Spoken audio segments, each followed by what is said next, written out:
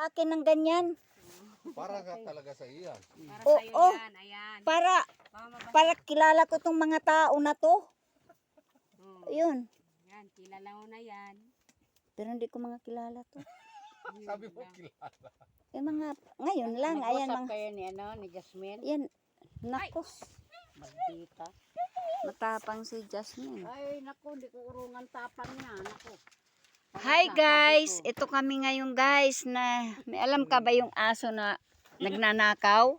Ayan na, yung brown, nagnanakaw yan ng plato, nagnanakaw yan ng mga pagkain. Guys, nagnanakaw ng pagkain. Ayan oh, yung kulay brown na yan. Nagnanakaw, umaakyat yan sa taas. Yung pagkain namin, nasa kaldero, binubuhat niya guys. Yan. Binubuhat. Tapos yung isang kawaling pagkain na naglugaw kami doon, may noodles, kinain niya guys. Nasa taas pa ng abuhan. Yang kulay brown na yan na aso. Kaya mag-ingat kayo yung mga pagkain nyo dyan sa tabi-tabi. Napakahirap bumili ng bigas, ulam. Tapos kinakain ni Tigri, ninanakaw niya. Sila yung kulay itim na aso. Sino ba yung pangalan ng aso na itim? Si Primo, sila ni Primo, magnanakaw sila. Ito oh. Ito namang isang aso, si Galis. Ito si Kibiil, wala gamit. Hindi niya pinapagalitan yung mga asong nagkukuha ng pagkain namin. Oh, ito naman si Babol. Matahuli niyan, takot yung ibang aso diyan. Yan si Babol. Ayun naman si Bitli. Si Bitli naman nahahabol din yan. Ang tapang niya ni Bitli, pagtatanggol niya yung mga nyo sa loob ng bahay. Yan. Ito si Babol naman. Yan si Babol. Mabait siya si Babol, palataho lang yan. Pero hindi yan nangangagat. Huwag ka lang magnanakaw, kay kakagating ka sigurado. Ayan. Ayan, eto si Bitli, asawa niya yan. Ayan, mga aso ni Brad Chris. Brad Chris, anong pangalan ng aso mong magnanakaw? Hindi yan sa kanya. Kaya Marilyn yan. Anong pangalan yan? Walang pangalan yan eh. Si walang pangalan, si Kabang. Ako magpangalan yan, si Kabang. Isang kawali, kinuha ni Kabang. Kinuha yung pagkain namin, kawawa kami pagdating namin, guys. Pagod na pagod kami galing mag-uma, guys. Wala na kaming makain, guys. Bigay niya isang Ayan. kawali na paa ng manok Ayan. kay Marlon. Doon ako Balik sa niya raw.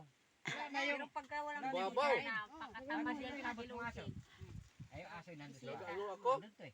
Di sana nandun. Ayan, si Brad Ewell, nagpapatunay yung isang kawali. Kailangan talaga. Isang kawaling manok. Pero na Saka na yung ayusin kaya ang Inubos. kaubang kinain daw ng aso. kuha na. Kita. Hindi na Hindi kung po, kulang na yan. Magdagdag. Kung si Kabang, o kung si Primo. Dito manguha ng Ayan guys ha, ang mga aso, pag ito lumaya sila, pag gumala, kinakain ng mga pagkain ng bawat may bahay dito guys. Kawawa naman kami. Bawat may bahay, kinakain yung yung mga pagkain ng mga aso. Kahit nasa abuhan guys, kinukuha. Lalo na yan si Kabang oh. Ayan si Kabang. Matakaw yan si Kabang. Kabang! Ayan si Kabang oh. Yan. Ayo, sa kanya to. Acknowledge yan kung... Kakain ka na sa Ano yan be? receipt kang kuwan. Sa pera?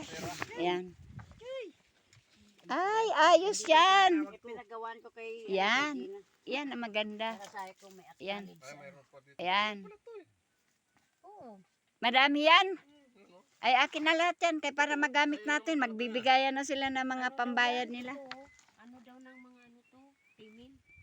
Payment. Yan. Yan guys, magkakape na kami guys. Ayan oh. Magkakape na kami. Brad Chris, pasok dito Brad Chris. Kaya guys, ayan ang aming kape. Saging, pagkain namin guys. Saging talaga. Ayan, kape guys. kuan. Saging, kape guys. Gina. Oy, Brad Chris, pasok na dito. ito ang pandesal sa Nahiya na siya gubat. sa bakod. Ang pandesal sa gubat. Hindi saging. Ayan. Nahiya na pumasok Oo. sa bakod. Pasok. Naray, daanan o. Yan, may daanan dyan. Yan. Kanya to. Yan. Ano yan, Brad?